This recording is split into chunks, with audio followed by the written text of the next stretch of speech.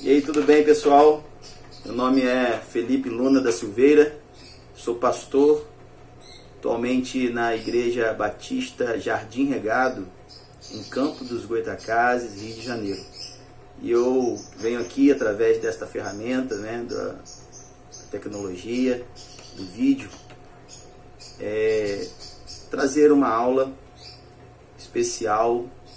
Esta vai ser a lição número 1 de uma classe que nós ministramos, que tem como nome Pediatria Discipuladora, e o objetivo dessa classe é trabalhar com os novos convertidos ou também com aqueles que desejam aprender e dar o pontapé inicial na vida cristã.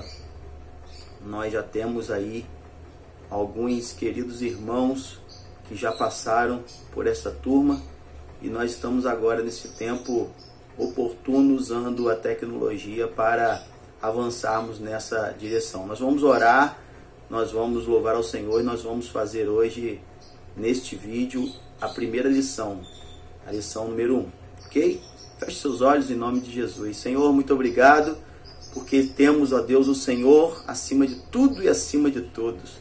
Pai Santo, nós te louvamos, te bendizemos, te agradecemos porque só Tu és Deus. Ó Deus, obrigado pelas Tuas misericórdias, obrigado pelo Teu amor, obrigado pelo Teu cuidado, Senhor. Pai Santo, nós queremos Te adorar com tudo que temos e tudo que somos. Pedir também perdão, Pai. Pedir perdão pelas nossas fraquezas, pelos nossos pecados, nossas mazelas, transgressões, iniquidades. Meu Deus, nós somos falhos sim, mas Te amamos. E, ó Deus, cremos que a Tua palavra, ela é, ó Deus, verdadeira, é viva, é eficaz. E ela mesmo nos revela que o Senhor nos perdoa quando nós confessamos o Senhor, nossos pecados, ao Senhor os nossos pecados. E, ó Deus, o maior de todos, ó Deus, que a morte eterna pode ser, ó Deus, vencida através de Jesus Cristo. Meu Deus, muito obrigado, porque o Senhor nos deu Jesus Cristo para nos salvar, para nos libertar. Deus amado, nós pedimos a Tua graça e a direção através do Teu Santo Espírito para nos conduzir nestes momentos aqui, onde estaremos estudando a Tua palavra e aqui juntos aprendemos mais de Ti.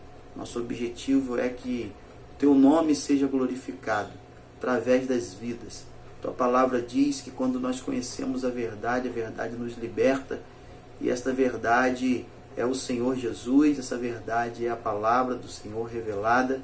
E nosso Senhor Jesus Cristo é a expressão do Teu amor e nós queremos Te agradecer e entregar as nossas vidas, as nossas mentes, os nossos corações em Tuas mãos de poder, sabendo de que o Senhor pode fazer coisas grandiosas, muito mais além daquilo que pensamos, do que imaginamos. Surpreenda-nos, ó Deus, com este estudo e liberta-nos, Pai, mais um pouco da ignorância, nos fortaleça com mais fé no Senhor.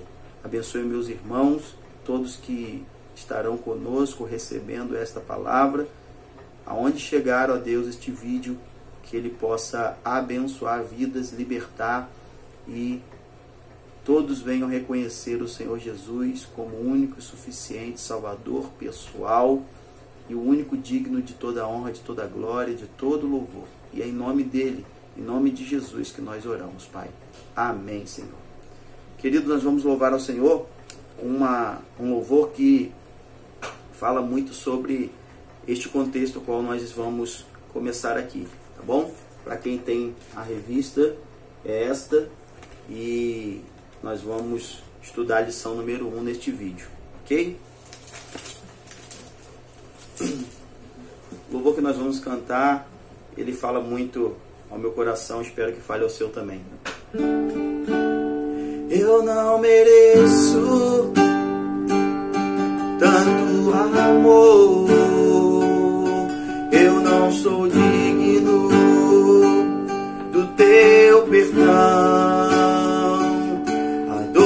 Passou meu Rei e meu Senhor, sempre o adorarei.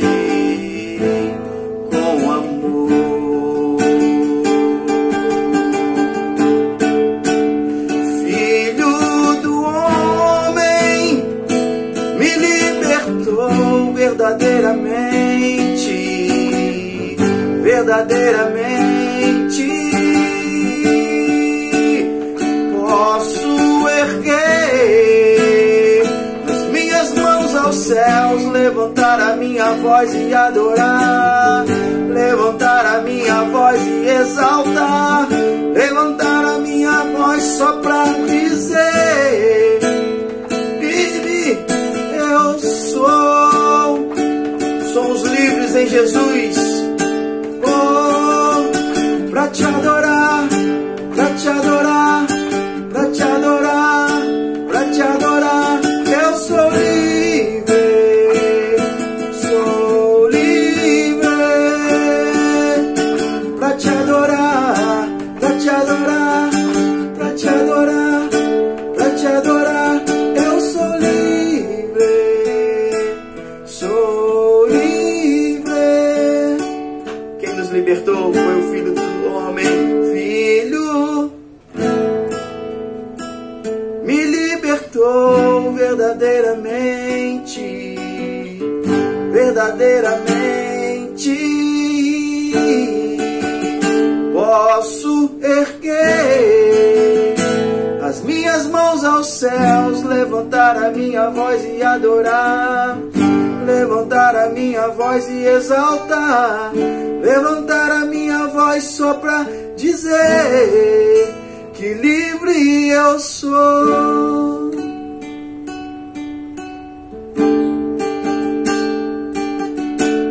Pra te adorar, pra te adorar, pra te adorar, eu sou livre. Amém, amém. Somos livres porque Jesus nos libertou. Vamos à nossa lição número 1, página 5 desta revista, ok? Pega a sua Bíblia, deixa ela aberta e nós vamos aqui estudar a lição número 1, ok?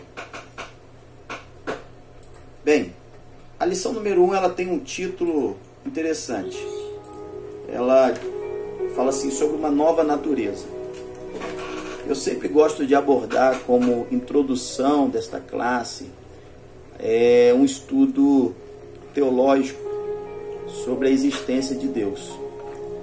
E sempre eu pergunto aos alunos na aula presencial se eles têm certeza que Deus existe, né? E alguns ficam um pouco até curiosos, espantados, porque estão numa igreja cristã e logo se deparam com uma pergunta como essa.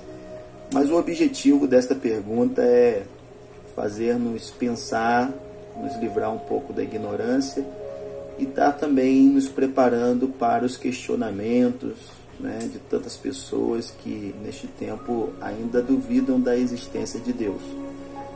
E aí eu gosto de trazer eles para uma realidade sobre a revelação, sobre a criação, que Deus se manifesta na criação, né? O mundo não havia nada, mas Deus já existia. Deus existe antes do mundo existir. Eu sempre gosto de fazer uma brincadeira com eles sobre o ovo e a galinha. Quem veio primeiro, né? Mas se tudo Deus criou todas as coisas, a água, a terra, o sol, a lua, e criou os animais, e criou também o ser humano segundo a sua imagem e sua semelhança, e deu ao ser humano atributos morais semelhantes ao dele. Então o ser humano ele é a menina dos olhos de Deus, né? E quando nós nos deparamos com a Bíblia, que é a revelação especial de Deus, justamente para resgatar a joia perdida. E a joia é o ser humano. O ser humano foi criado por Deus, mas ele se deixou levar pelo pecado, né? Por desobediência. E através da desobediência do ser humano, o pecado entrou no mundo. E a Bíblia diz que todos pecaram e separados estão da glória de Deus. Um Deus santo, um Deus glorioso, mas que não tem pecado e não se agrada do pecado. Ele ama o pecador, mas não ama o pecado. Foram nossos pecados que levou Jesus Cristo, seu único Filho, para morrer na cruz para nos salvar. Então, essa é uma primeira informação, um primeiro questionamento que a gente introduz esse estudo e deixa bem à vontade para as pessoas também falar um pouco se existe alguma dúvida, né? E aí sempre trazem exemplos de situações que já passaram e que continuam passando, porque existe uma linha que continua defendendo a evolução, a teoria da evolução, também o Big Bang, teoria do Big Bang, né? Mas nós, como criacionistas, nós cremos no Deus que criou todas as coisas. Então a Bíblia diz que no princípio criou Deus os céus e a terra. E se Ele criou o céu e a terra, nada existia antes.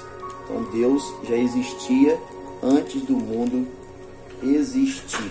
Na verdade, essa é uma certeza que nós temos. E o livro de Gênesis, que tem como significado início, né? Ele traz essa verdade, que no princípio criou Deus os céus e a terra. E a gente faz um paralelo com o Evangelho de João, capítulo 1, versículo 1 também. Quando o João ele recebe a revelação através do Espírito Santo, e ele vem aí relatar e confirmar, né, a questão da criação, e que Jesus já estava com Deus na criação. No princípio era o Verbo estava com Deus e o Verbo era Deus. O Verbo é Jesus, que é a expressão de Deus, é a palavra. A palavra ela se expressa, né? Jesus em carne e osso é a expressão de Deus, o Deus Pai, Filho e Espírito Santo. Então o Filho vem à Terra num determinado momento, cumprindo com a promessa e com a palavra de Deus. Já em Gênesis há uma promessa de que do ventre da mulher surgiria aquele que esmagaria a cabeça da serpente. Serpente essa que significa, né, Satanás, aquele que se rebelou contra Deus. Pois bem, nós vamos então, a partir disso, falar sobre uma nova natureza. A lição número 1, ela traz essa temática, uma nova natureza. Uma vez que as pessoas entendem, né, a existência de Deus, o propósito de Deus para a humanidade, nós temos a certeza de que todos são alvos do Senhor. Deus deseja salvar toda a humanidade, mas para que isso aconteça, há também uma responsabilidade de cada um de nós em entendermos e aceitarmos isso, ok? Então nós vamos à primeira lição, que fala sobre essa nova natureza. Tem um texto muito oportuno de 2 Coríntios 5,17, se você quiser abrir a sua Bíblia, você pode contemplar ele conosco. Segunda carta aos Coríntios. Coríntios fica no Novo Testamento. O Novo Testamento começa com Mateus, depois Marcos, Lucas, João, Atos, Romanos, e aí depois de Romanos nós temos 1 Coríntios. Nós temos aí os 4 evangelhos, são os 4 evangelhos sinóticos, que falam sobre a mesma pessoa, dos atos dessa pessoa, e essa pessoa é Jesus. Então eles são semelhantes nesse propósito de falar sobre Jesus. Dos 4, o Evangelho de João, quarto evangelho no Novo Testamento, ele é um evangelho teológico, que além de narrar alguns atos de Jesus, ele diz quem Jesus é. E Jesus é Deus, Jesus é o pão da vida, Jesus é a luz do mundo. Então fala sobre a natureza de Cristo. Por isso, dos 4 evangelhos, o único evangelho teológico é o evangelho de João. Mateus, Marcos e Lucas, considerados aí sinóticos, narram fatos desde o nascimento de Cristo, né, até a sua morte e ressurreição. Então, quando chega em Coríntios, que é uma das epístolas paulinas, que são as cartas do apóstolo Paulo, aquele que era Saulo, perseguidor dos cristãos, que testemunhou, né, a primeira morte, o primeiro mártir do evangelho morrer, que foi Estevão, teve participação ali direta na morte do Estevão, então é considerado o Saulo um assassino, né, um sanguinário, alguém que perseguia cristãos, perseguia a igreja, né, prendia, né, tinha prazer nisso. Ele se converte no caminho para Damasco, e você pode constatar isso no livro histórico do Novo Testamento, o único livro histórico do Novo Testamento, que é o livro de Atos, Atos dos Apóstolos. No capítulo 9, a gente vê ali a conversão de Saulo, e até então, né, depois disso ele é chamado de Paulo, ok? E aí Paulo ele escreve suas cartas, algumas delas em prisão, outras não, mas ele endereça 2 cartas à igreja em Corinto. Na segunda carta, 2 Coríntios, nessa ordem que eu já falei com você, depois do livro de Romanos, começa então a carta à igreja em Corinto, tem a primeira carta. Na segunda carta, você vai ver aí o número 2 antes da palavra Coríntios. Então, 2 Coríntios, capítulo 5, o capítulo para quem está iniciando a sua caminhada cristã. Ele sempre está em número maior e os versículos em números menores, ok? Então você vai ver aí na Bíblia, 2 Coríntios 5, versículo 17, que diz assim: portanto, se alguém está em Cristo, é nova criação. As coisas antigas já passaram, eis que surgiram novas coisas. Em outras versões, temos a seguinte palavra: assim que se alguém está em Cristo, nova criatura é. As coisas velhas já passaram, eis que tudo se fez novo. Então aqui já é uma verdade que o apóstolo Paulo escreve a esta igreja e que serve para todos que tomam decisão em seguir a Cristo, dizendo este versículo que quem agora, né, está em Cristo Jesus, quem quer seguir Jesus Cristo, quem quer ter Jesus como alvo de sua vida, ele é uma nova criatura, ele recebe uma nova natureza, né? Aquela criatura velha morre e então a gente recebe uma nova natureza. Por isso ele usa a expressão nova criatura. As coisas antigas, as coisas velhas já passaram, ficou para trás. Eis que surgiram novas coisas, eis que tudo se fez novo. Então é o que a gente chama de novidade de vida. A conversão, né, ela no grego original, a língua original do Novo Testamento, significa metanoia. O que é a metanoia? A metanoia é mudança de pensamento e mudança de atitude. Uma vez que nós assumimos um compromisso com Jesus, a gente passa a ter novas atitudes e novos pensamentos, né? Eu não pensava, não vou pensar mais como eu pensava. Eu não vou agir como eu agia, porque algo especial aconteceu. Eu recebi o Espírito Santo e a partir disso é ele que faz essa mudança, né? Essa metanoia, é o Espírito Santo, que é Deus, Deus Pai, Filho e Espírito Santo. Então o Espírito Santo ele tem essa missão, esse compromisso, esse dever. Mas é interessante observar que ele não faz isso à força. O ser humano, nós temos que desejar isso, nós temos que decidir por isso, decidir por receber o Espírito Santo. É igual eu posso na minha casa receber uma encomenda, né?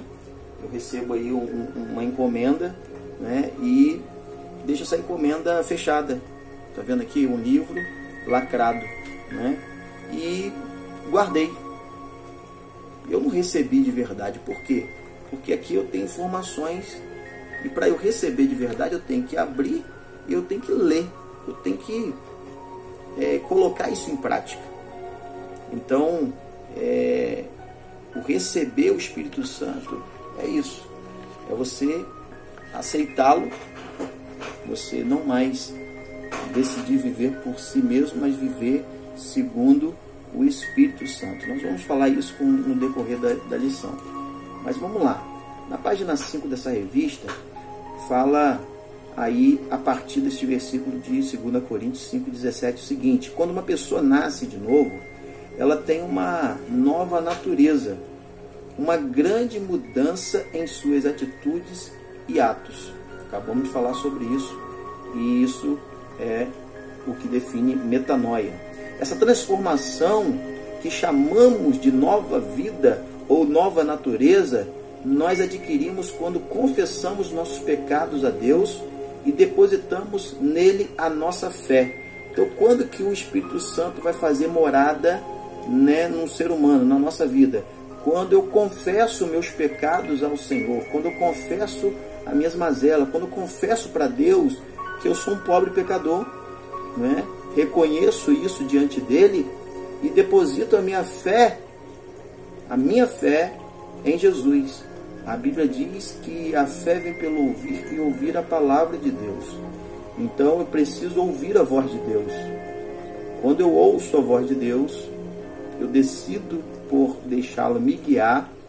Eu me arrependo dos meus pecados, eu sinto vergonha. É natural surgir em nós uma vergonha diante de Deus. Um Deus santo, um Deus que nos amou de tal maneira que deu o seu único filho para morrer por nós. Isso não pode ser algo, que entre no ouvido e sai no outro. É preciso trazer uma certa inconformação, A gente precisa estar reconhecendo, e isso tem que gerar em nós um desconforto. Eu não quero mais estar longe desse Deus. Eu não posso me apresentar diante desse Deus com a minha natureza pecaminosa, com uma mente maldosa ou inclinada para fazer o mal. Não é verdade? A Bíblia diz também em outro momento que a nossa natureza humana, nossa carne, ela inclina para a morte. Então, nós precisamos compreender essa necessidade de mudança e de reconhecer Jesus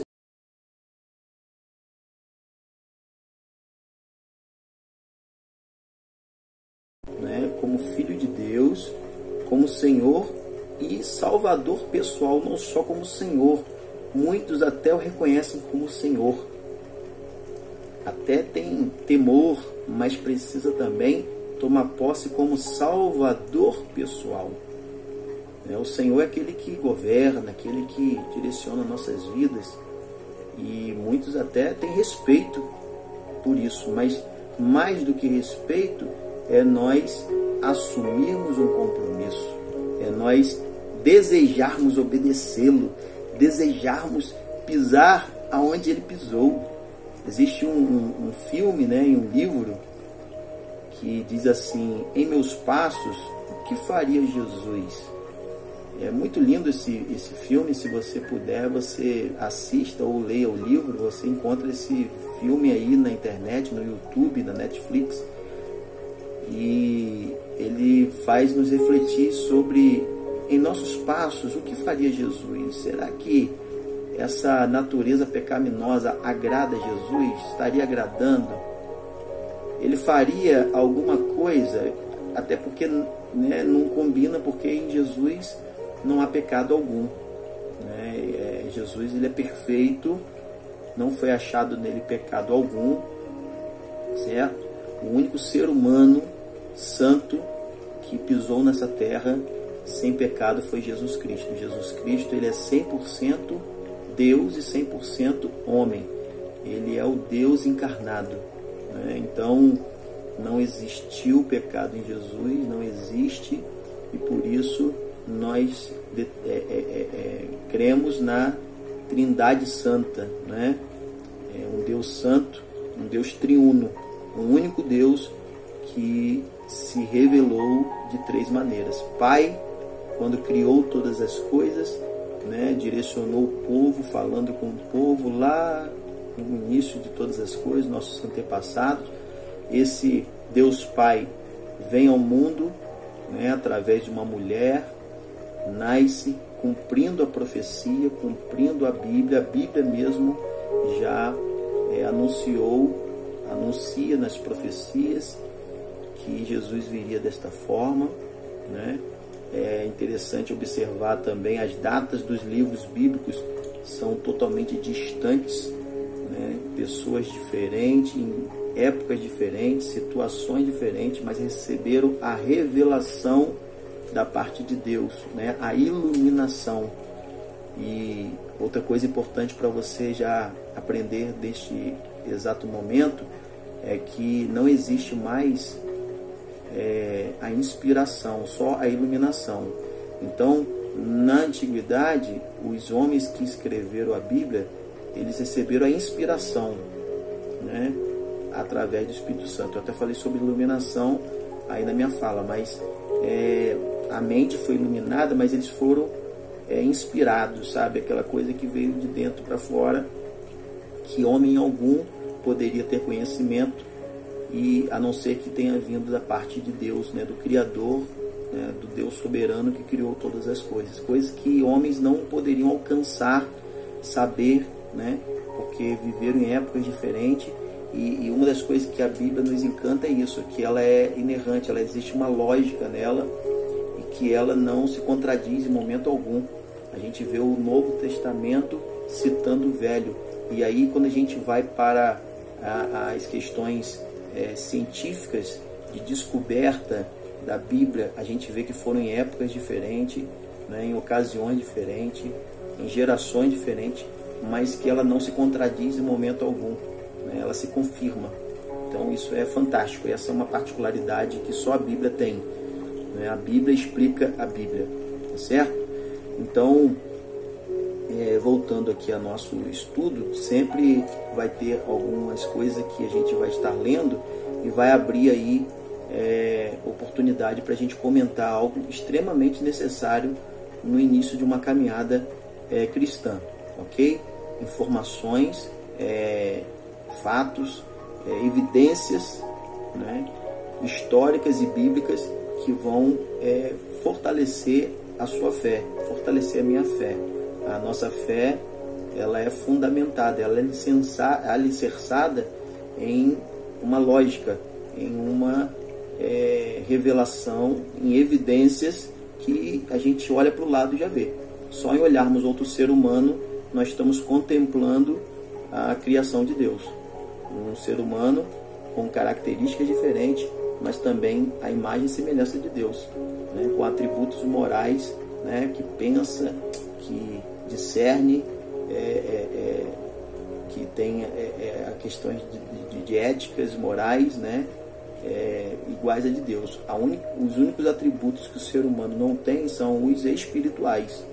E aí a gente cita os principais de Deus, que é a onisciência, onipotência e onipresença. Onisciência, um Deus que sabe de todas as coisas, em todas as épocas, de tudo. Ele já sabe o que vai acontecer no fim, amanhã, daqui a 3 meses, daqui a 2 anos, né, o que aconteceu. E o Deus onipotente, que tem poder sobre todas as coisas. Nada é mais poderoso do que Deus, ninguém é mais poderoso do que Deus, né? Deus que criou todas as coisas. E a onisciência, que sabe de todas as coisas, né? A onipotência tem todo o poder. A onisciência e a onipresença, presente em todos os lugares. Um Deus presente em todos os lugares. Então, essa novidade de vida nós adquirimos quando nós confessamos os nossos pecados diante desse Deus majestoso, grandioso, né? Então, imagina todos esses relatos que eu acabei de dar rapidamente sobre Deus, informações importantes para alicerçar a sua fé. Nós, como seres humanos, pequenininhos como somos, imperfeitos, ter esse relacionamento com Deus é difícil, né? Até por uma questão lógica. A gente precisa então de uma ação sobrenatural, que é do Espírito Santo. Mas nós precisamos o quê? Desejar isso, confessar os nossos pecados, admitir que somos esses seres imperfeitos, pecadores, né, diante de um Deus limpo, um Deus santo, um Deus perfeito. E em outro vídeo eu vou gravar uma dinâmica muito legal que vai demonstrar essa ação, né, do Espírito Santo e do fato de nós confessarmos o nosso pecado e nós sermos libertos da nossa velha natureza e recebendo então de Deus essa nova natureza, tá bom?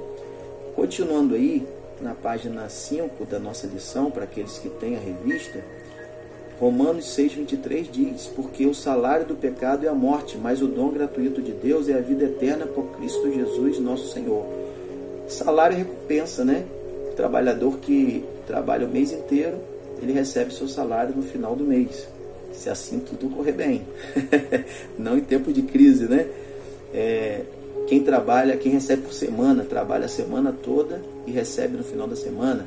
Quem recebe por quinzena, trabalha a quinzena toda e recebe no final dela. Então, salário é recompensa. E aí a Bíblia diz que o salário do pecado é a morte. Mas que morte é essa se todos vamos morrer? Todos vão receber o salário da morte como consequência, né, como recompensa da sua vida? Depende. Aqueles que têm Jesus, eles não morrem eternamente. O corpo, a matéria, a Bíblia diz que veio do pó e ela mesma diz que para o pó voltará. Então, do pó viemos e para o pó voltaremos. É só olharmos o que acontece com alguém quando morre, né? Um ente querido, você já deve ter ido a algum velório, alguém que você amava, está ali naquele caixão sem vida. Se você já teve a oportunidade de colocar a mão naquele corpo, você vai ver aquele corpo gelado, corpo sem vida. O sangue, que é quente, parou de circular. O coração que bombeava esse sangue parou de bater. Então as células vão morrendo e o corpo fica sem vida. Então aquele corpo é apenas um templo, é apenas uma carcaça. E a Bíblia diz que ele veio do pó, porque Deus nos criou do pó da terra e soprou em nós, no ser humano, né, Adão, o fôlego de vida. E então a gente, quando morre, quando esse espírito que está em nós, o fôlego de vida que estava dentro desse corpo, acaba, nós vamos voltar para o pó.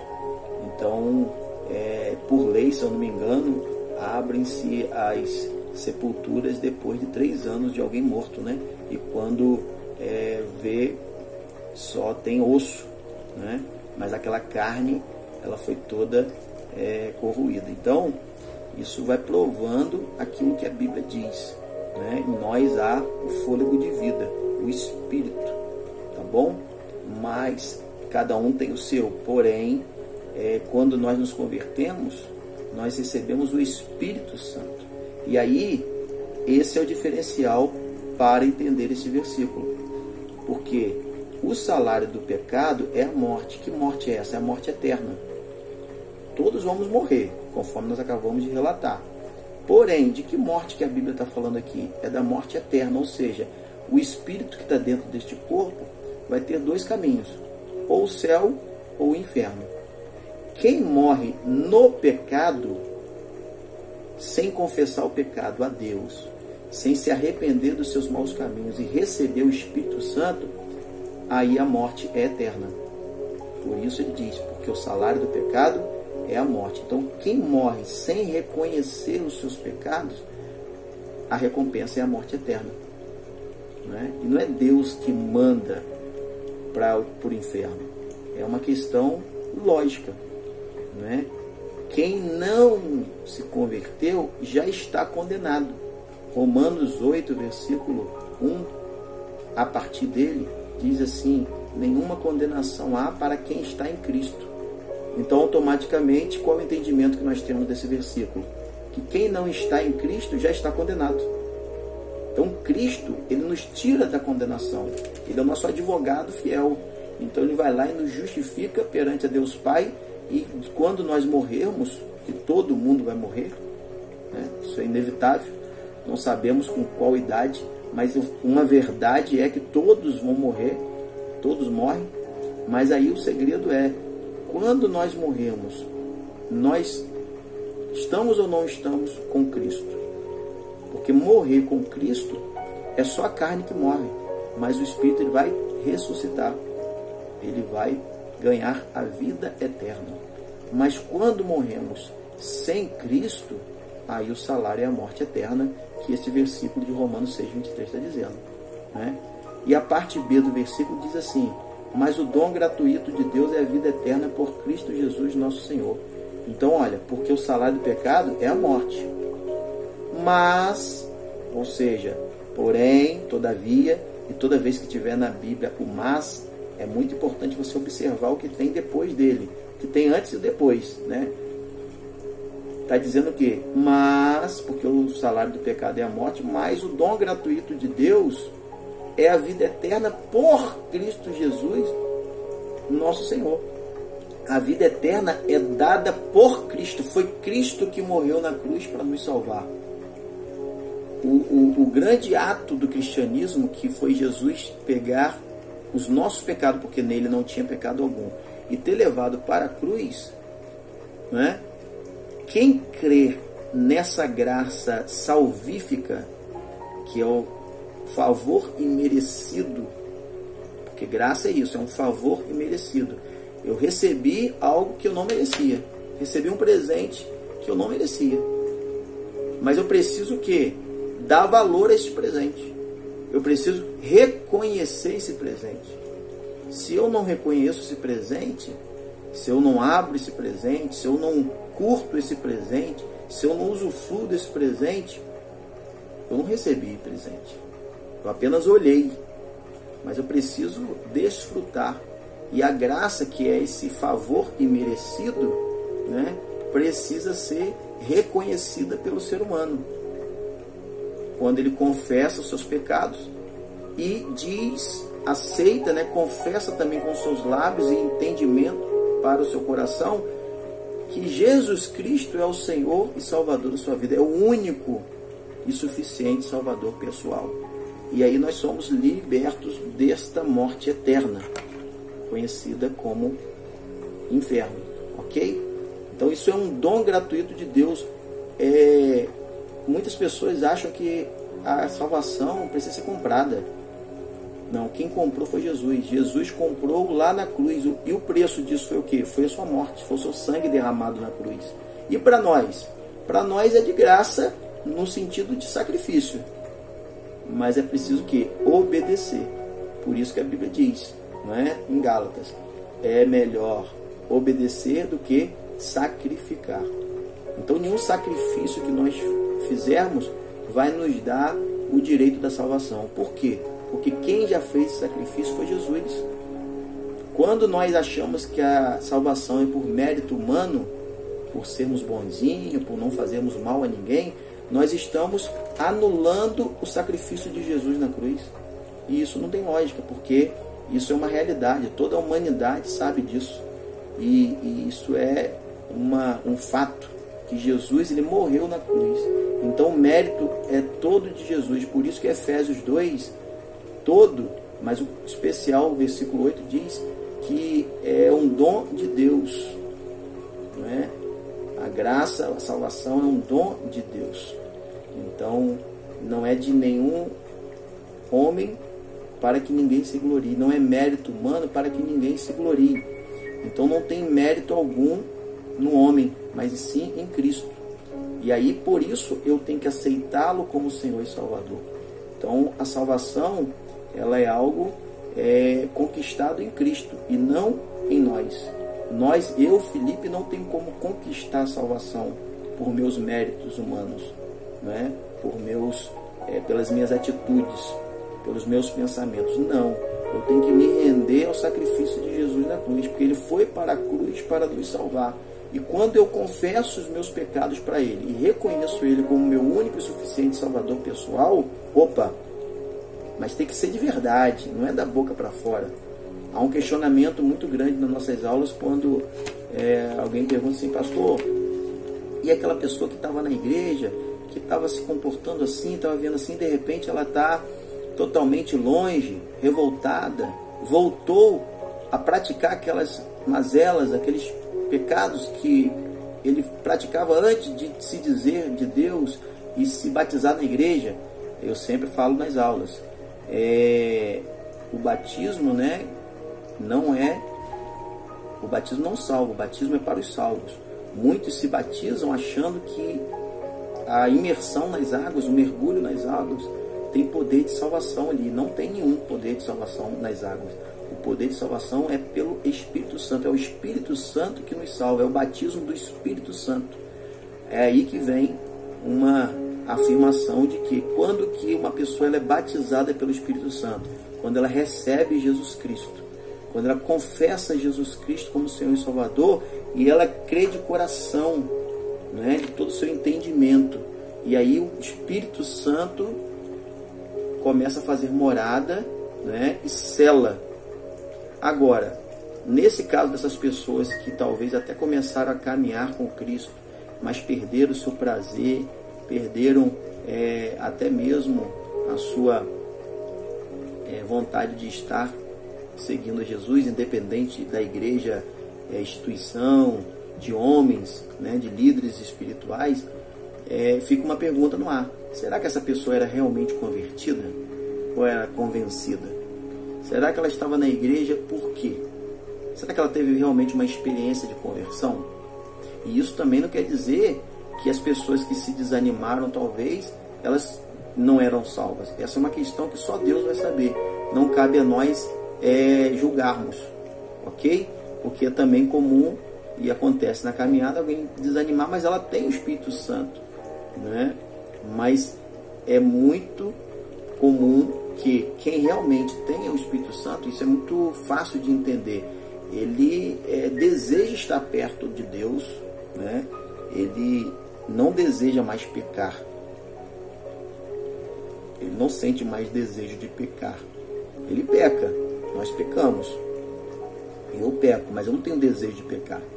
Eu peco pela minha fragilidade, pela minha natureza humana que eu tenho, que é limitada, né? Às vezes em pensamentos maldosos, mas aí é onde vem logo aquele, opa, não quero pensar nisso, Deus me ajuda a me livrar desse mau pensamento, né? Desse pré-julgamento, dessa coisa que desagrada a Deus, porque o salvo, ele não se importa em primeiro lugar com as pessoas, ele primeiro se importa com Deus.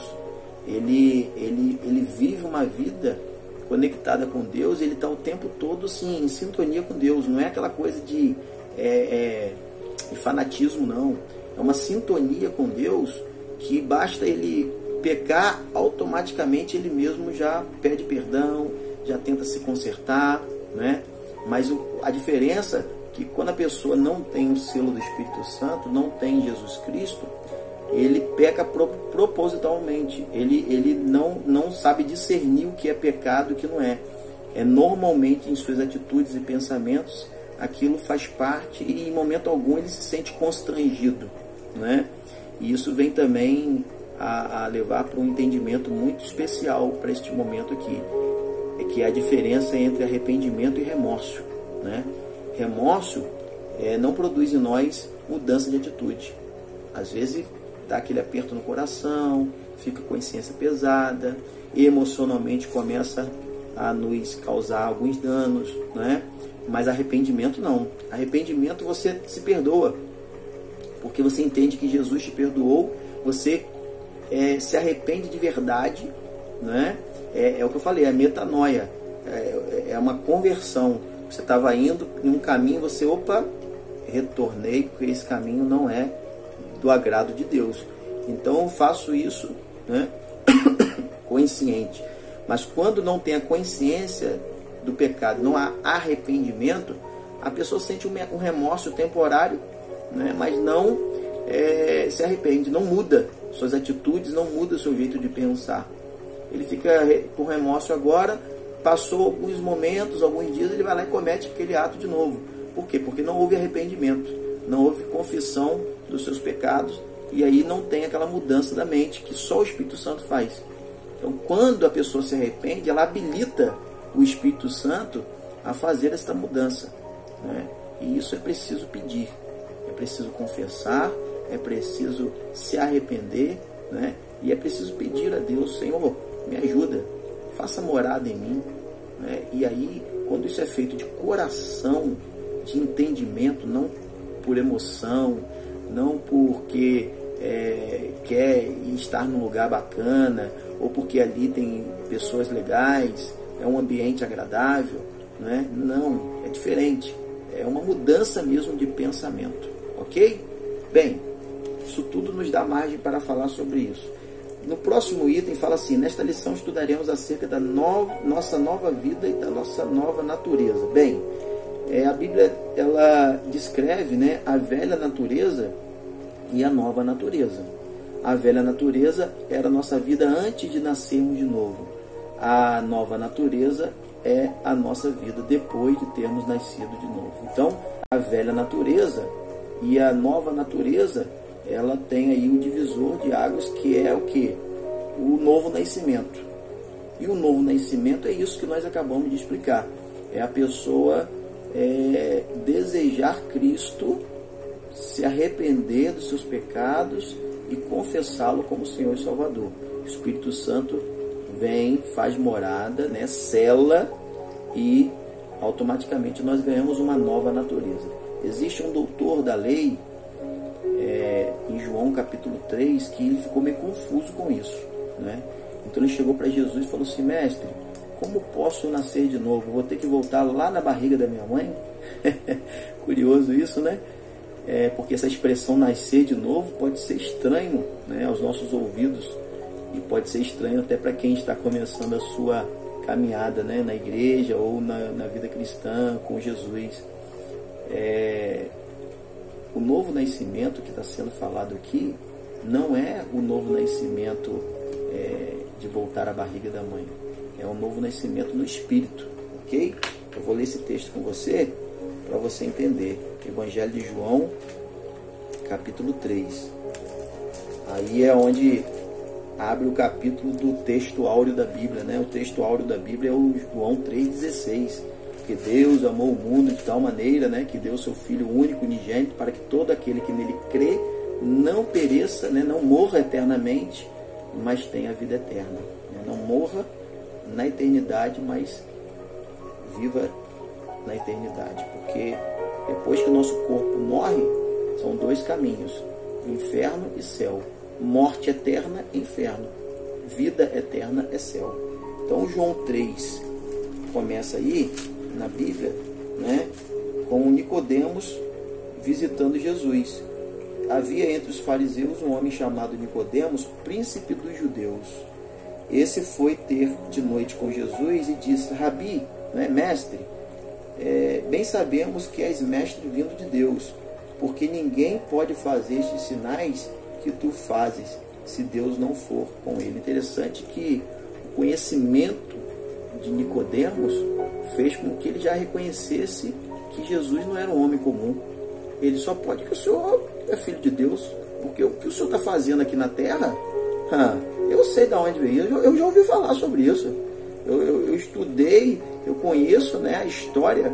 Então aquele que viesse ao mundo fazendo essas coisas, só pode ser o filho de Deus. Então é interessante que Nicodemos já chega perto de Jesus reconhecendo que ele é filho de Deus. Muitos têm esse problema, chegam para Jesus e Jesus é bonzinho, Jesus foi um grande homem, né? Mas o fato de você reconhecer como filho de Deus é algo muito importante. Todo ser humano precisa disso. Não só olhar para a natureza humana de Jesus, mas para a natureza divina dele. Porque Jesus, ele também foi humano, 100% homem, né? E 100% Deus, 100% natureza humana, 100% natureza divina. Mas muitos, mesmo naquela época que ele veio ao mundo, olharam só para a natureza humana, achando que ele era filho de José, o carpinteiro. Ele aprendeu inclusive a profissão do pai José, que é o pai terreno, o pai carpinteiro, né? Mas não olhavam ele como filho de Deus. E aí Nicodemos chega para perto de Jesus, já declarando que ele era filho de Deus. E aí Olha lá que interessante, versículo 3 de João 3. Jesus responde então, na verdade, o Nicodemos, ele usa essa expressão com frequência, né, para trazer assim uma certa convicção, né? Assim como ele foi tentado pelo diabo, Jesus ele foi tentado pelo diabo por ele ter a natureza humana, né? Então ele usa muito essa expressão, né?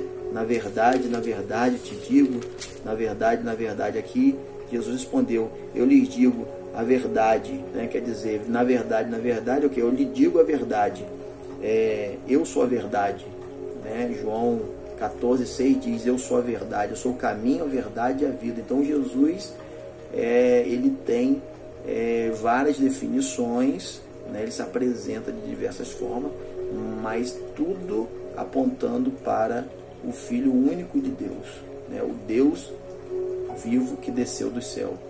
Então, ele diz então assim para Nicodemos em João 3,3, aquele que não nascer de novo não pode ver o reino de Deus, né? Não pode ver o reino de Deus, ou seja, é de um novo nascimento espiritual, não é carnal, não é voltar para o ventre da mãe, mas sim aquilo que está habitando o nosso corpo, né? Que é o espírito. Então, se houver um novo nascimento, um novo entendimento, eu vou, né, desfrutar da vida eterna. Versículo 4, Nicodemos vai lá e pergunta, como pode um homem nascer sendo velho? Como é que eu, velho, vou entrar no ventre da minha mãe? Vou voltar ao ventre da minha mãe, nascer de novo, um bebezinho de novo. Que história é essa? Que teoria é essa que o senhor está trazendo? Aí ele diz assim, né? Na verdade eu te digo que aquele que não nascer da água e do Espírito não pode entrar no reino de Deus. Então, o que Jesus está falando é de um novo nascimento espiritual, né? Por isso ele diz, aquele que não nascer da água e do Espírito não entrará no reino de Deus. Então são coisas bíblicas da parte de Deus, da parte de Jesus, né? Que muitos questionam, acham que é invenção do homem, é invenção de pastor, coisa para fazer, né, persuadir as pessoas, né, para influenciar as pessoas, mas não, é uma verdade absoluta, ok? E é uma questão lógica, é só a gente pensar, até volto a dizer sobre a questão da morte ali, você olhar uma pessoa no caixão, ver sem vida, né, você começa a refletir, mas olha, o que faz aquela pessoa andar, abrir os olhos, né, se movimentar, raciocinar? Havia algo ali dentro daquele corpo, e é o Espírito, não é? Então, quando o Espírito Santo vai lá e dá essa nova vida espiritual, é onde nos habilita para entrar no reino de Deus. Porque uma coisa importante a nós sabermos também nesse momento, o único que ressuscitou em carne e espírito foi Jesus. Tanto é que nós temos, né, a história para comprovar, e a Bíblia, que quando as mulheres foram até o túmulo de Jesus, né, depois os discípulos também, e não encontraram nada. Só encontraram lá o lenço, né, o que cobriu Jesus quando ele foi colocado lá no sepulcro, dobrado, né, em sinal de que ele voltaria diante da cultura judaica. Porque judeu, ele tinha essa cultura, e Jesus, como homem judeu, né, sua natureza humana, né, ele era judeu.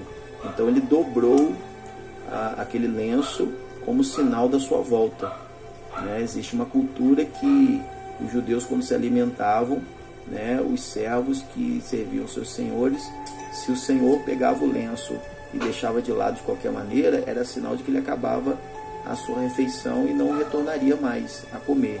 Mas se ele dobrasse, né, o lenço, é porque ele retornaria. Então Jesus fez isso com os seus lenços que cobriram o seu corpo no sepulcro. Ele dobrou, e quando, né, foram lá no sepulcro, encontraram desta forma. Essa já foi um grande sinal de que Jesus vai voltar, né? Então dessa questão que está sendo falado aqui, tá certo? Então a gente caminhando, a Bíblia vai relatar aqui alguns elementos da nossa natureza humana, né? Em Gálatas 5, de 16 a 26. Você passando a sua Bíblia aí, não sei se você estava comigo em João, mas nós tivemos em 1 Coríntios, né? Nós estamos no Novo Testamento. Você vai passar um pouquinho aí João, você vai passar Atos, né? Romanos, 1 Coríntios, 2 Coríntios, ok? Aí você vai chegar depois de 2 Coríntios, num livro chamado Gálatas. Lá no capítulo 5, do versículo 16 a 26, fala algo muito forte, tá? É algo muito importante para todo ser humano saber. Isso é um divisor de águas na vida de muitas pessoas. E aí no versículo de 19 a 21, nesse trecho aí de Gálatas 5, de 16 a 26, é bom que você leia todo, mas em especial quando chega no versículo 19 a 21, ele fala sobre características da nossa velha natureza. Todo ser humano já tem isso, é meio que está embutido na natureza humana isso, ok? E você pode reparar que você pode ter algum desses elementos, né, forte em você, pode ser que tenha alguns, tenha outro, e você conhece também pessoas que tenham isso, forte. Porque é o que? São características da natureza humana. A Bíblia diz que é obra da carne, então já está embutido na carne, na natureza humana do ser humano. Mas, quando nós recebemos o Espírito Santo, existe também os frutos do Espírito. Só tem fruto do Espírito quem tem o Espírito Santo. Aí você pode deparar-se com os frutos do Espírito e falar assim: rapaz, mas eu conheço uma pessoa que não é da igreja, não se diz de Jesus e tem esses frutos aqui. Olha, pela misericórdia de Deus ele pode ter, mas ter todos é difícil. Todos é difícil, não é? E sem falar também que é uma luta diária. Não é o fato de nós aceitarmos Jesus que nós vamos estar aí plenos, sabe? Ou sou perfeito. Não, perfeito não existe. Existe uma coisa importante que você precisa entender também na conversão. A conversão é um ato, a santificação é um processo e a glorificação será o que? O triunfo, a última etapa. São 3 etapas, né? Nós nascemos, ok, estamos crescendo, estamos vivendo. Opa, tive conhecimento, né, de Deus, da necessidade de me arrepender e me converter dos maus caminhos. Conversão é um ato. Quem faz isso é o Espírito Santo, que convence o homem, né, do pecado, da justiça, do juízo, ok? Bem, a partir da conversão, nós entramos em um processo chamado santificação. E isso vai até o último dia de nossa vida, se nós tivermos convertidos. Então esse processo de santificação, ele vai fazer com que a gente se torne pessoas melhores a cada dia. É como se fosse uma escada e a gente fosse subindo esse degrau, essa escada, degrau por degrau, até o dia que a gente passar dessa vida aqui. Ou até o dia que Jesus voltar. Por exemplo, Jesus volta e eu não morri, né, por morte natural. Fui arrebatado. Ou contemplei a volta de Cristo. Opa! Né? A Bíblia fala sobre isso. Então, eu receberei um corpo glorificado. Ou na volta de Cristo, ou na minha ida para com Ele. Se eu morrer, né, se a minha natureza humana aqui morrer, e eu então vou ressuscitar em Cristo. Por quê? Porque eu tenho o Espírito Santo. Então eu receberei um corpo glorificado. Os que morrem com Jesus vão receber um corpo glorificado. Então é algo também fácil de entender, não é difícil, mas precisa ter essa lógica, ok? Esse entendimento lógico do propósito de Deus para o ser humano, olhar para a morte terrena, olhar para a vida espiritual, ok? O ser humano, ele é feito, né, de corpo, alma e espírito, né? Na teologia a gente define isso como dicotomia ou tricotomia. Dicotomia quando entendemos que é corpo e alma e espírito uma coisa só. E tricotomia, quando nós entendemos que há corpo, alma e espírito, quando há diferença entre as emoções, né, e a razão, ou seja, as emoções, né, a alma, e o espírito, né, que é voltado mais para o entendimento, né, a vida espiritual, o entendimento da vida espiritual. E a alma, questões de sentimentos, né, das emoções. Mas há uma linha dentro da teologia que define o ser humano como dicotomia, né, e outra como tricotomia. Isso não muda nada, ok? É só uma questão de entendimento, mas que nós precisamos entender que no final da história todos vão morrer, certo? Todos um dia vão morrer e precisam, no caso, escolher morrer com Cristo ou sem Cristo, tá certo? Por isso a igreja insiste pregando o evangelho, fazendo o apelo, convidando as pessoas a aceitarem Jesus Cristo, né? Porque o desejo de um salvo é que ninguém se perca, que a Bíblia diz, né, que no inferno haverá choro e ranger de dentes, é um sofrimento eterno.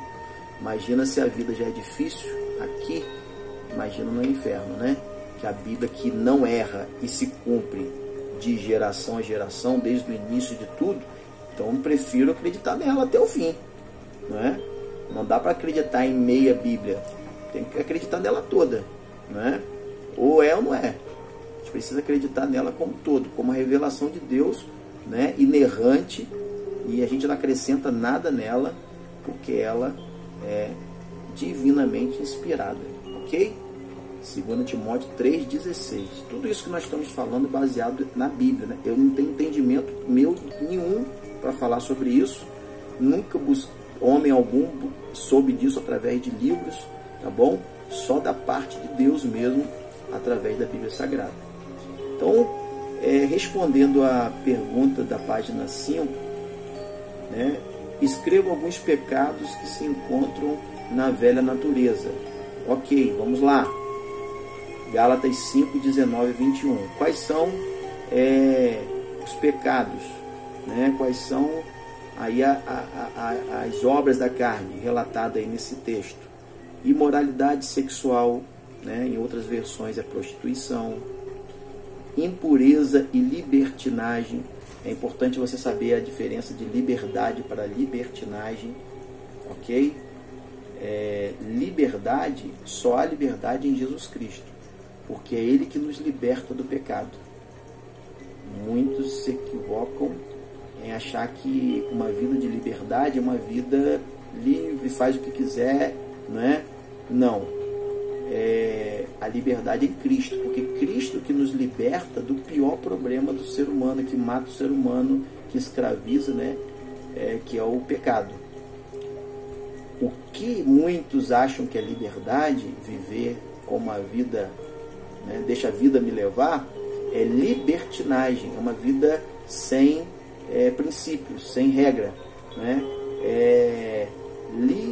Licenciosidade de costume, conduta de pessoa que se entrega imoderadamente a prazeres sexuais, a prática do libertino, né? Irreverência com relação a dogmas e crenças oficialmente aceitos. Então, isso está dentro do campo, né, da vida espiritual, né, da religiosidade. Então, quando a pessoa ela escolhe ter uma vida sem princípio, sem entendimento de conduta espiritual, de temor a Deus, isso é uma vida de libertinagem, é uma vida totalmente deixada e atraída pelo pecado, né? E ela, na verdade, ela está escravizada pelo pecado, né? A pessoa que tem um vício, ela não consegue, ela vive uma vida de liberdade, né, através de um vício, através de uma prática de pecado. Então você vê a libertinagem presente, porque ela tem costumes de ficar vivendo, né, cometendo pecado. E ela tem prazer nisso. Então isso é uma vida de libertinagem. Agora, quando a pessoa vive uma vida de liberdade, ela está livre do pecado. E a Bíblia diz que o sangue de Jesus nos liberta de todo pecado. Então, só quem é livre é quem tem Jesus. Quem não tem Jesus está escravizado, né? Então, esse é um contexto muito importante, porque alguns acham que frequentar uma igreja ou ser cristão é ter uma vida dominada, amordaçada, e pelo contrário, né? Quem não tem Jesus é que tem uma vida amarrada, uma vida totalmente escravizada no pecado, ok? Então, assim, nós vamos aí continuar respondendo: moralidade sexual, prostituição, impureza, libertinagem, né? Idolatria, feitiçaria, ódio, discórdia, ciúmes, iras, egoísmo, dissensões, facções, inveja e embriaguez. Pergunta? Ok? Então, eu tenho esses elementos aqui que a Bíblia traz pra gente, tá bom? Tá aí em Gálatas 5, 19 a 21. Tudo isso aí está embutido na natureza humana, tá certo? Conforme eu disse, alguns podem ter mais aflorado do que outros, mas é algo que está dentro da nossa natureza humana, ok? Idolatria, feitiçaria, ódio, discórdia, ciúmes, iras, egoísmo, dissensões, facções, inveja e embriaguez.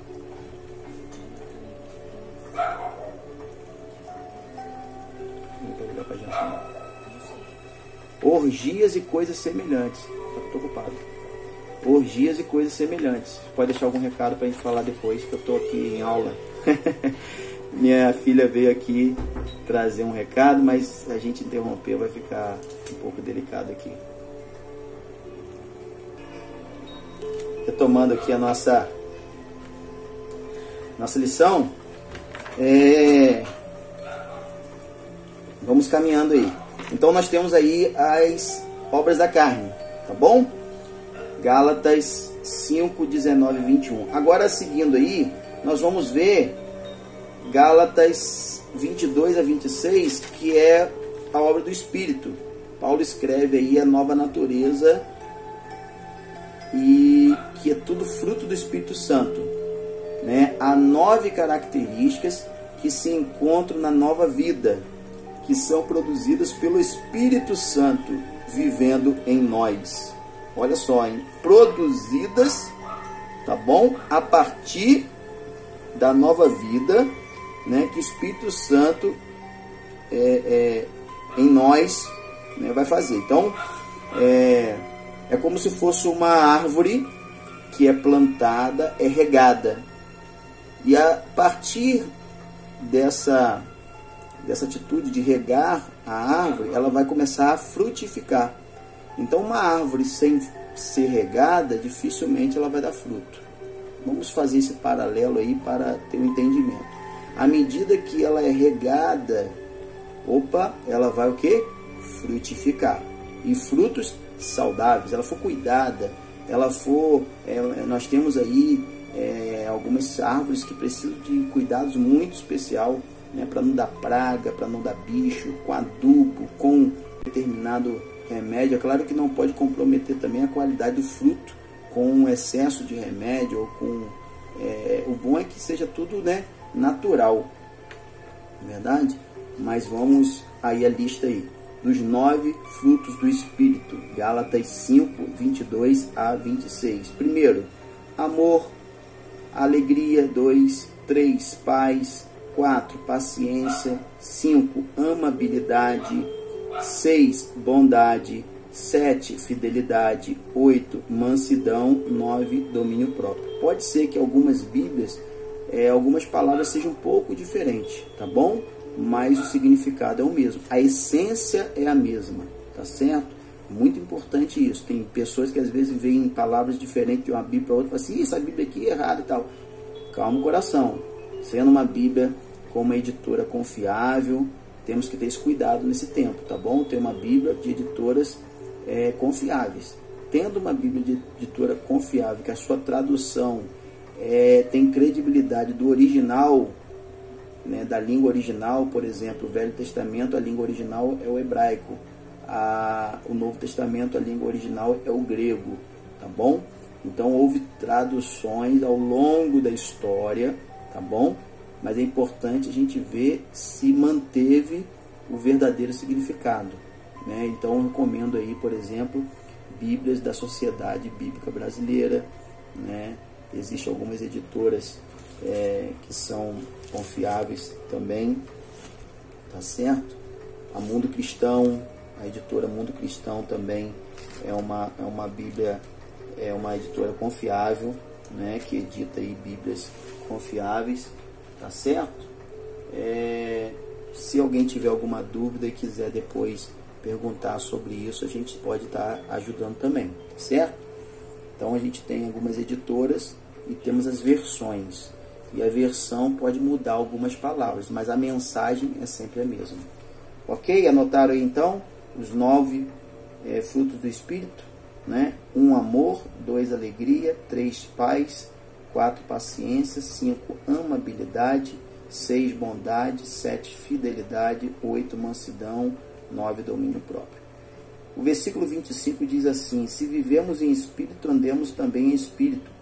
Isso quer dizer que, se o Espírito Santo tem nos dado vida, ele também deve controlar as nossas vidas. O que é isso? Olha, a Bíblia diz assim: se vivemos em espírito, andemos também em espírito. Então, se nós estamos cheios do Espírito Santo, né, conforme o versículo está dizendo, vivemos em espírito, a gente precisa também andar em espírito. Então, as nossas atitudes, e aí que vem o grande desafio da vida cristã, elas também têm que ser atitudes, né, espirituais. Claro que nós somos seres naturais, vivemos num mundo, né, natural, mas nós precisamos ser seres espirituais.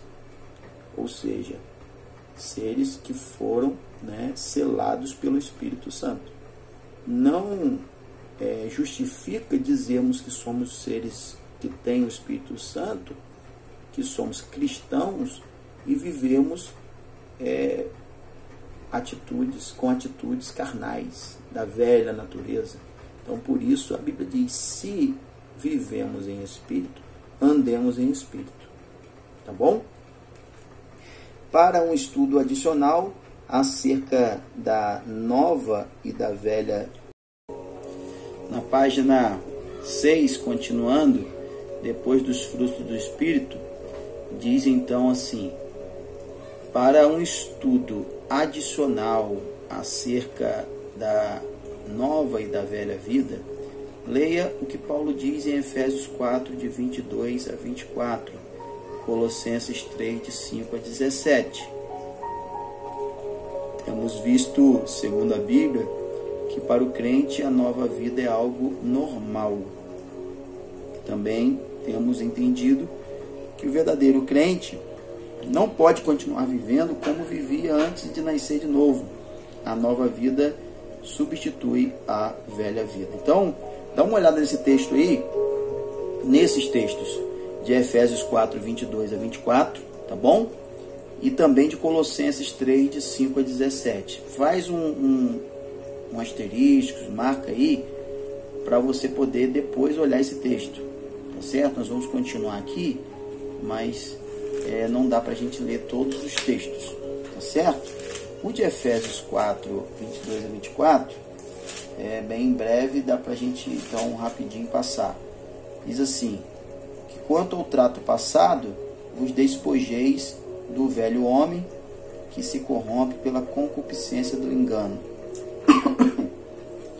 e vos renoveis no espírito do vosso sentido, e vos revestais do novo homem, que, segundo Deus, é criado em verdadeira justiça e santidade. Ou seja, como se livrar das tentações, como se livrar dos vícios em especial. Essa é uma ótima receita para isso, tá bom? Você pode então tomar posse disso aí, tá certo? Em outras versões, eu vou aqui ler na NVI, para a gente ter uma linguagem mais contemporânea, né? O versículo 24 diz então assim como, desculpa, Efésios 4, estou no 5, vou para o 4, cheguei no 4, Efésios 4, 24, e revestir-se do novo homem criado para ser semelhante a Deus em justiça e em santidade, provenientes da verdade. Então, olha só que interessante. A gente tem que se revestir desse novo homem, dessa nova natureza, dada pelo Espírito Santo, para sermos semelhantes a Deus. Em que? Em poder? Não. Em onisciência, onipresença, onipotência? Não. Em justiça e em santidade. Ok? Então, a justiça de Deus vai operar em nós. Ok?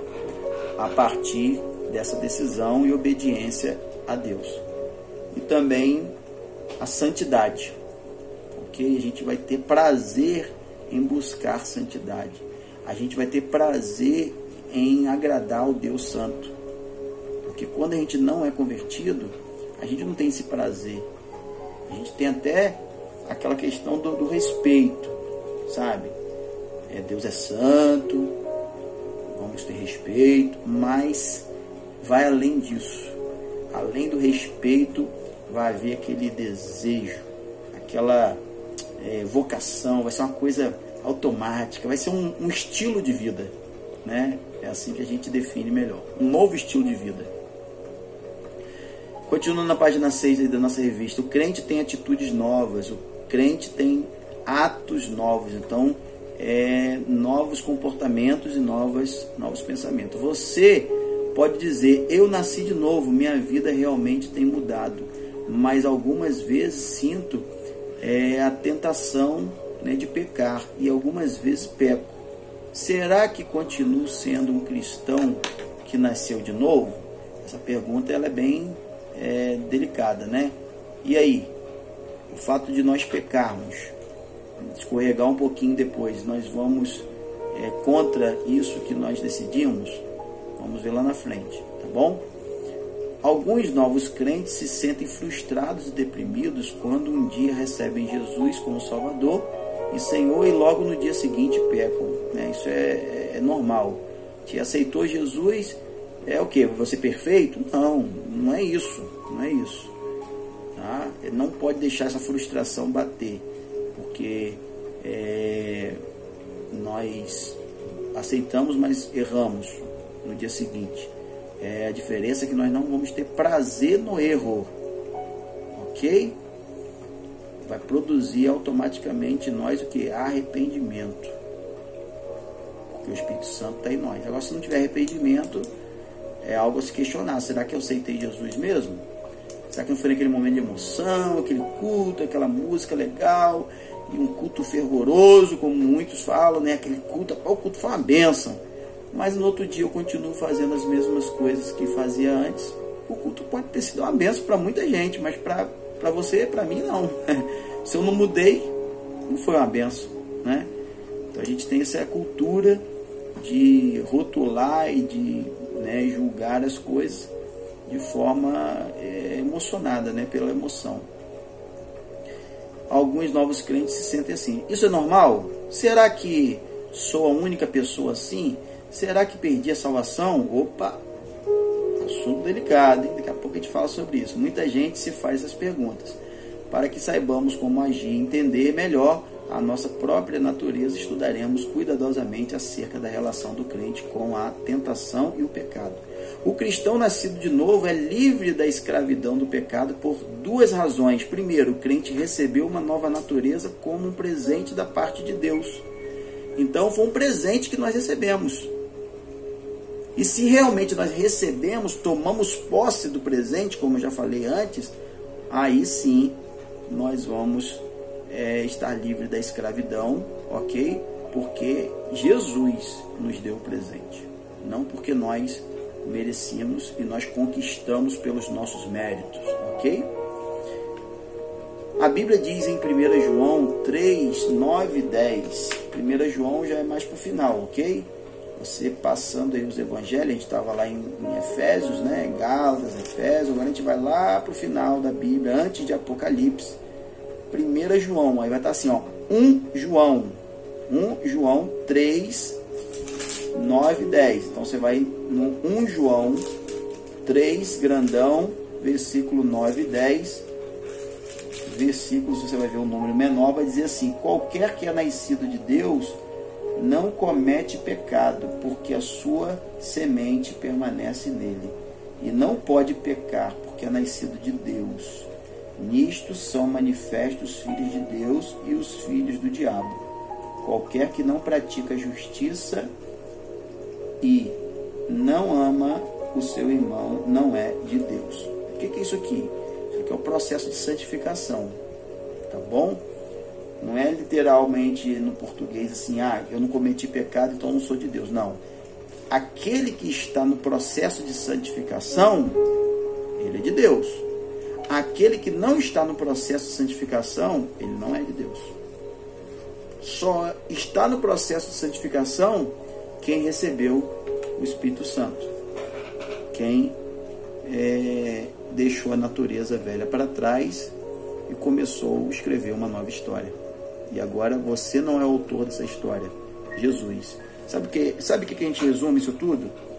Eu nasci e comecei a escrever minha história. Quando eu me converti, sabe o que eu fiz? Jesus, escreve minha história.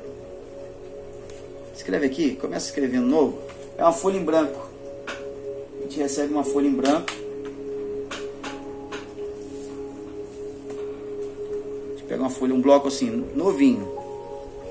Eu estava escrevendo, escrevi algumas coisas, né? Tem uns rabiscos aqui. Me converti. Amasso, jogo fora. E agora eu dou a caneta na mão de Jesus. Toma, Jesus, escreve uma nova história. É isso. Isso é conversão. É você parar do lado, dentro, né? E pedir: Jesus, escreve uma nova história para mim. Então, 1 João fala sobre isso daí, tá bom? Bem, os versículos acima diz assim: não comete pecado. Percebes que nas palavras dos versículos acima, não cometes pecado, não quer dizer que o crente não possa pecar. Todo crente peca, tá? A ênfase está em continuar, questão do processo, tá certo? Isto é, pecar continuamente. O cristão não será mais um escravo do pecado. Ele não terá o pecado na sua vida como um costume e um hábito, tá certo? Vamos lá avançar, gente. Uma nova natureza trará frutos novos. O novo crente é livre do pecado. Ele é livre da escravidão do pecado porque ele foi dado o Espírito Santo, tá bom? Aí você lê aí 1 João 4, 12, 1 João 4, 1 e 2. Dá uma pausa no vídeo, lê o texto bíblico, igual lá atrás quando nós pedimos para você ler Colossenses 3, de 5 a 17. Dá uma pausa no vídeo da aula, lê o texto bíblico e depois continua, tá bom? Não deixe de ler esses textos bíblicos que está aí na lição, é muito importante. Portanto, temos visto na Bíblia que um crente nascido de novo não vive no pecado continuamente, porque Deus dá a ele uma nova natureza e também lhe dá o Espírito Santo. Quando recebemos o Espírito Santo? No mesmo momento em que recebemos Cristo pela fé. O Espírito Santo vem morar em nossas vidas.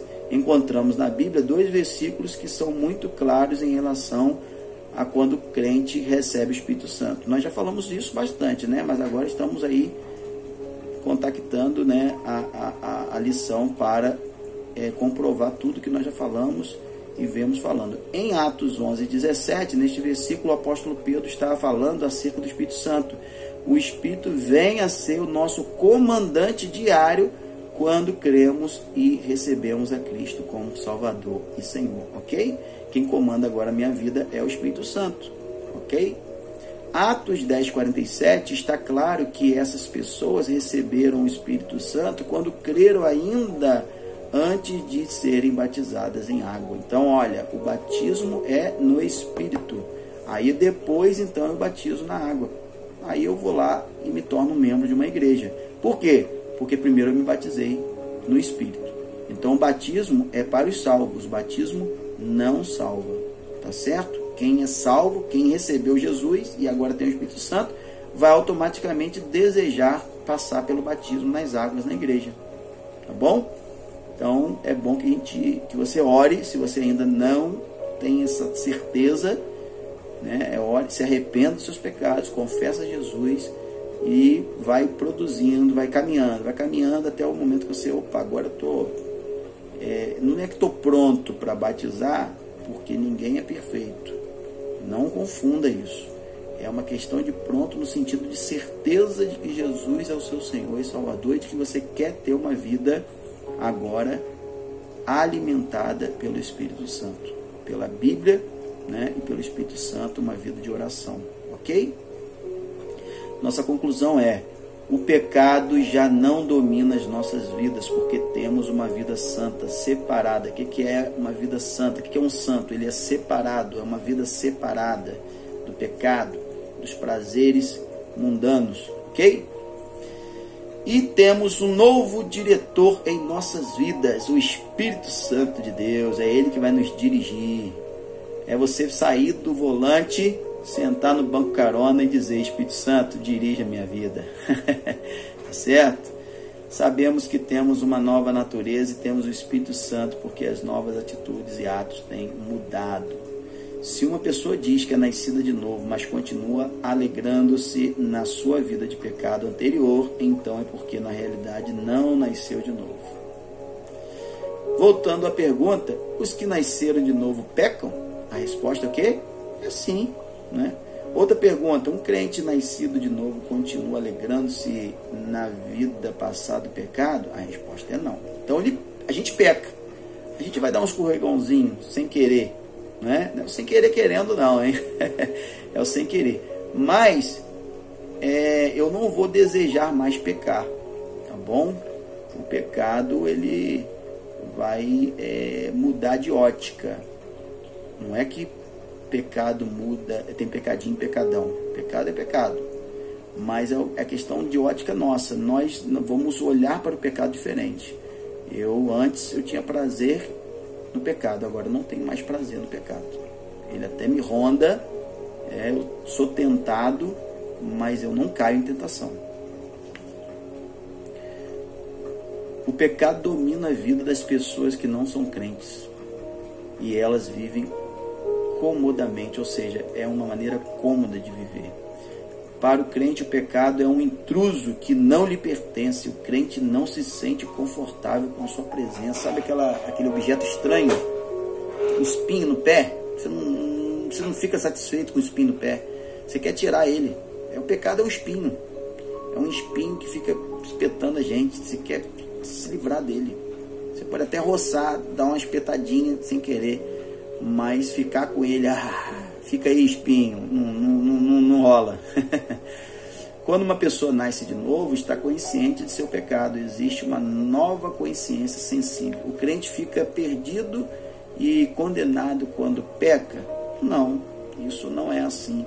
Não se sentirá feliz, e se não confessar o seu pecado a Deus, é muito provável que perca a alegria e o gozo da sua salvação.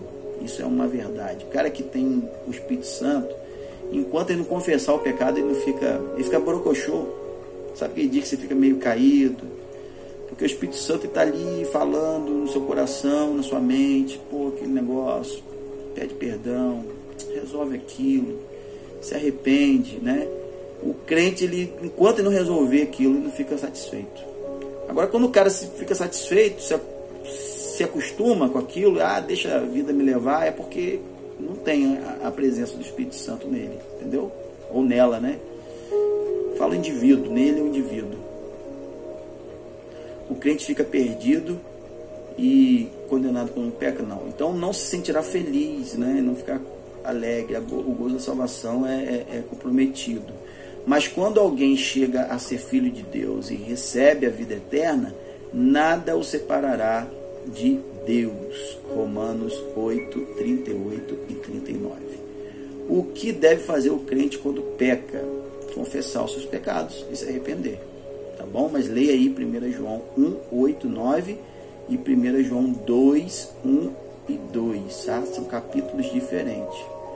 Quando um crente, para o vídeo para ler a Bíblia aí, rapaz, crente. Quando um crente peca, ele deve confessar imediatamente esse pecado diretamente a Deus e pedir perdão. Então não preciso ir a homem nenhum. Tá bom? Quando a Bíblia fala em Tiago, capítulo 5, versículo 16, sobre nós confessarmos nossos pecados um ao outro, é para haver cura, porque existem alguns pecados que nos adoecem emocionalmente, tá? E espiritualmente também. Então é bom a gente procurar alguém de confiança, alguém temente a Deus, alguém que você tem credibilidade, que é de Deus mesmo, sabe? Tem caráter cristão. Você pode até pedir um ouvido emprestado e falar assim, eu quero confessar um pecado, e você ora por mim, tá bom? Para me ajudar. Ok. Agora, no que diz respeito, tá bom? A pecados relacionados a Deus, tá bom? A sua intimidade com Deus, você tem que pedir perdão a Deus, confessar a Deus e pedir perdão a Ele, tá bom? E aí será perdoado, ok? Perdão de pecado, para o pecado, o perdão para o pecado, nós temos que pedir a Deus. Quando a gente confessa a alguém, é curado, tá bom? É uma questão de cura, é uma questão consigo mesmo. Você não está bem porque aquele pecado está você confessa a Deus, mas se você entender que é contra alguém o pecado, você pode confessar a alguém e pedir para orar pela sua vida. O que acha da tentação, né? Jesus Cristo foi tentado, lá em Mateus 4, a gente vê Jesus sendo tentado pelo diabo. Então, ser tentado não é pecado, porque Jesus não pecou. O pecado está em cair na tentação. Jesus não caiu na tentação do diabo. Ele falou, afasta de mim, né? Então, e ainda ele confrontou o diabo com a Bíblia, que ele disse assim, está escrito, nem só de pão viverá o homem, mas de toda palavra que sai da boca de Deus, né? Não provocai, né? O Senhor teu Deus. Então, é uma questão de entendimento de que o pecado, né, ele rondou Jesus, mas Jesus não caiu na tentação do diabo. Então nós vamos pecar quando nós caímos na tentação, mas sofrer tentação não é pecado. Pecado vai ser se nós cairmos. Tá certo? Então vai terminar a lição falando sobre isso. Hebreus 2:18 e Hebreus 4:15, não deixe de ler, tá bom? Cristo foi tentado, porém não pecou. Tá? E no último parágrafo aí, não é pecado ser tentado, mas se cedemos à tentação ou se nos calamos numa posição em que a tentação é constante, então isso é perigoso e ruim. É muito melhor evitar a tentação o mais que pudermos, o máximo possível, né? Respondendo os exercícios. Número 1. A Bíblia nos fala de duas naturezas. Uma é a... E aí? Vamos às respostas? Bem, página 8. Resposta dos exercícios aí, tá certo? A Bíblia nos fala de duas naturezas. Uma é a velha natureza e a outra é a nova natureza. Ok? Ficou claro aí durante o nosso estudo aí, da nossa lição, que o receber o Espírito Santo, ter Jesus Cristo, é uma nova natureza. Eu botei assim, nova natureza / nova vida, ok? Mencione algumas das coisas que se acham na velha natureza. Número 2, Essa número 2 aqui, ela vai ser a mesma questão da página 5, quando foi pedido aí para colocar, né, os pecados que se encontram na velha natureza, segundo o texto de Gálatas 5, 19 a 21, tá bom? Eu até coloquei assim, vícios, libertinagem, prazer em desobedecer a Deus, ciúmes, inveja, bebedice, egoísmo, ódio, idolatria. Então eu citei aqui alguns que a gente já colocou lá na página 5, mas aí eu destaquei aqui o prazer em desobedecer a Deus, tá bom? Resposta número 3, da questão 3, descreva a nova natureza, Gálatas 5, 22 a 26. Vão ser também as mesmas respostas da página 6, tá bom? Lá na página 6, quando pediu para descrever, né, as 9 características, ou seja, os 9 frutos do Espírito, tá bom? Eu coloquei aí, né, amor, alegria, paz, paciência, amabilidade, bondade, fidelidade, mansidão e domínio próprio. Você pode colocar aí também na página 8, na resposta da 3. 4. Aprendemos nessa lição que o crente é liberto da escravidão do pecado, porque recebeu uma nova natureza da parte de Deus e porque o Espírito Santo mora nele, tá bom? Então a resposta no primeiro espaço, uma nova natureza, no segundo espaço, Espírito Santo, ok? Quinta questão, quando o crente recebe o Espírito Santo? Atos 11, 17. O texto de Atos 11, 17 vai nos chamar a atenção sobre algo importantíssimo, que é crer, né? Agora eu quero que você receba aí mais uma informação muito importante. O que significa crer? No grego, que é o contexto, a língua original do Novo Testamento, o crer é muito mais do que falar, né? Expressar. Crer é assumir um compromisso, tá bom? Então, todo aquele que nele crê em Jesus, ou seja, assume um compromisso com Jesus. Em Atos 11, 17, a Bíblia diz então assim, portanto, se Deus lhe deu o mesmo dom que a nós, quando cremos no Senhor Jesus Cristo, quem era então eu para que pudesse resistir a Deus? Então, uma pergunta, quem era então eu para que eu pudesse resistir a Deus? Então, aqui é o contexto de Pedro, né, diante de Cornélio, ok? E aí, então, vem a famosa história, né, do crer, né? Se eu creio, que me impede? E ouvindo essas coisas, apaziguaram-se e glorificaram a Deus, dizendo, na verdade, até os gentios deu Deus o arrependimento para a vida. Então, é importante o arrependimento, né? E a partir do arrependimento, crer, ou seja, assumir um compromisso. Então, a resposta da quinta questão, quando que o crente recebe o Espírito Santo? Quando ele crê. Aí você bota embaixo assim, entre parênteses, assumir um compromisso. Quando ele assume um compromisso. Então, só para ficar claro que o crer é assumir um compromisso. O verdadeiro crente pode cometer pecado? Sim ou não? E aí?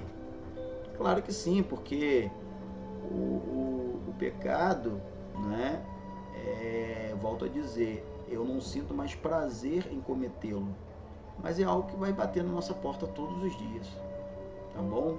Mas nós vamos resistindo, não vamos ter prazer mais no pecado. Com isso, o verdadeiro crente, ele pode cometer pecado sim, né? Mas ele não tem prazer no pecado. Se a pergunta fosse assim, o verdadeiro crente, ele tem prazer no pecado? Não, não tem prazer no pecado, isso é indiscutível, tá bom?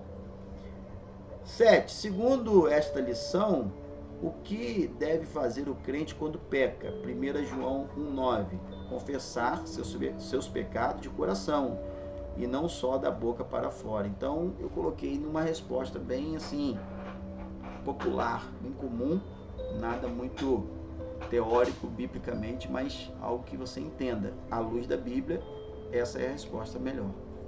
Confessar seus pecados de coração e não só de boca para fora. 8. O crente nascido de novo terá em sua vida novas atitudes e novos atos. Verdadeiro ou falso? E aí? Verdadeiro, né? Porque quem nasceu de novo, ele vai ter novas atitudes, né? Novos atos, novo jeito de pensar, novo jeito de agir, tá bom? Isso é importante nós temos em mente. Como a sua vida tem mudado desde que você nasceu de novo? Essa é uma resposta pessoal. Então você se converteu? Como é que sua vida tem mudado desde a sua conversão até agora? Como é que foi no início? Como é que tem sido agora? Você que se converteu há pouco tempo, você tem notado diferença? As pessoas têm falado assim, rapaz, você está tão diferente, né? Isso é muito comum a gente ouvir quando a gente se converte. E se você ainda não mudou nada, continua tendo prazer no pecado, né? Aí a nossa oração é que você busque esse entendimento, né? Busque crer e aceitar Jesus, mas não desista, não desista. O propósito dessa lição, desse estudo, dessa classe nossa, não é só para quem já se decidiu, é principalmente para trazer também conhecimento bíblico sobre a vida espiritual, né? João 8,32, conhecereis a verdade vos libertará. Então você está conhecendo agora também um pouco dessa questão, né, à luz da Bíblia. Não é igreja A, B ou C, pastor A, B ou C, professor A, B ou C que fala. É a igreja determinada, é a Bíblia Sagrada, são textos bíblicos. Tudo que a gente viu durante a lição foram textos da Bíblia, tá bom? Então você vai também aprender. Se você não tomou essa decisão ainda, continue conosco estudando, porque é mais fácil algo acontecer da parte de Deus, você estudando e conhecendo a verdade, se interessando em aprender, do que, né, indo na igreja por ir, né, e não tem um conhecimento bíblico para a sua decisão. É bom que você realmente tenha conhecimento, tá bom? Não vá pela ideia das pessoas, não vai para agradar ninguém, é você e Deus. É uma decisão muito importante que todos nós temos que tomar, e é bom que a gente tome essa decisão, né, de forma séria, respaldada na Bíblia, tá bom? É pecado ser tentado? E aí? Essa daí alguns ficaram com dúvida, né? Claro que não, porque o pecado é cair em tentação. Todos nós somos tentados, mas o fato de eu resistir à tentação é um ótimo sinal, é que o Espírito Santo está em mim e eu estou resistindo aí bravamente o pecado, né? Sai para lá. Tá bom? Então, não é pecado ser tentado. De que maneira você é tentado? Aí é uma resposta pessoal, né? Alguns são tentados na área sexual, né? No dinheiro, um vício, né? Um jogo. São coisas que a gente culturalmente também vê, né? Sou tentado por pensamento, eu sou invejoso, eu sou invejosa, sou ciumento, sou ciumenta. Então é uma decisão, é uma resposta pessoal. Você sabe onde você é tentado ou tentada, tá bom? Então coloca aí que isso é bom para você também colocar para fora isso, tá certo? A 11, como pode uma pessoa vencer a tentação? Opa, fechando com chave de ouro, hein? Eu coloquei aqui, primeiramente, evitar a tentação, tá bom? Como uma pessoa pode vencer a tentação? A primeira coisa é evitar, não brinque com fogo, né? Um ditado que a gente ouve aí há muitos anos, né? Você não é super-herói, eu não sou super-herói, é melhor evitar a tentação. É algo que o dinheiro é a sua fraqueza. Olha, cuidado, não deixa isso tomar a sua cabeça, né? Você sabe onde você é mais tentado, e aí você evita. Os homens, né? Se é o sexo oposto, a mulher também, né? tem algum pensamento, né, vaidade, ciúme, é aquilo tudo que a gente vem estudando, e aí você evita. Primeira coisa é evitar, tá bom? Evitar a tentação. E aí eu continuo dizendo, e manter uma vida de intimidade com Deus em oração e meditação na leitura da Bíblia.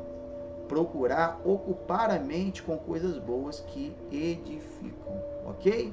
Então, completando aí esta resposta. Primeiramente, evitar a tentação, vírgula, e manter uma vida de intimidade com Deus em oração e meditação da leitura da Bíblia. Procurar ocupar a mente com coisas boas que edificam, ok? Se você em algum momento achou que foi corrido, você pode ir pausando o vídeo, né? À medida que eu vou falando, você pausa e vai anotando, tá bom? Não deixe de fazer isso, tá bom? E se foi cansativo, eu peço paciência a você, tá bom? Eu vou procurar dinamizar nossas aulas, eu vou trazer uma dinâmica em forma de vídeo também, vou tentar ser mais rápido. As próximas aulas a gente não vai ter oração e louvor no início, é chegar, abrir a lição e estudar, tá bom? Mas não desista. Não desista dessa caminhada. Esse é um início muito importante. Se você está conosco na nossa classe, já tem isso tudo de conhecimento, é uma oportunidade de você rever e de você estar pegando alguém para ensinar. Começa a fazer um RD com alguém que você queira ganhar para Jesus e use esse estudo, tá bom? Ora com essa pessoa, chama ela para você fazer esse estudo com ela, tá bom? Isso vai te edificar muito. Olha, eu sou muito edificado quando eu estou dando aula sobre esses assuntos. Imagina quantas turmas eu já dou aula, né? Eu vou dizer aí que eu já estou mais ou menos há 9 anos nesta dinâmica de classe para novos convertidos e pessoas que estão começando a caminhada cristã ou que vieram de outra igreja, de outra denominação, está vindo para a nossa igreja, tá bom?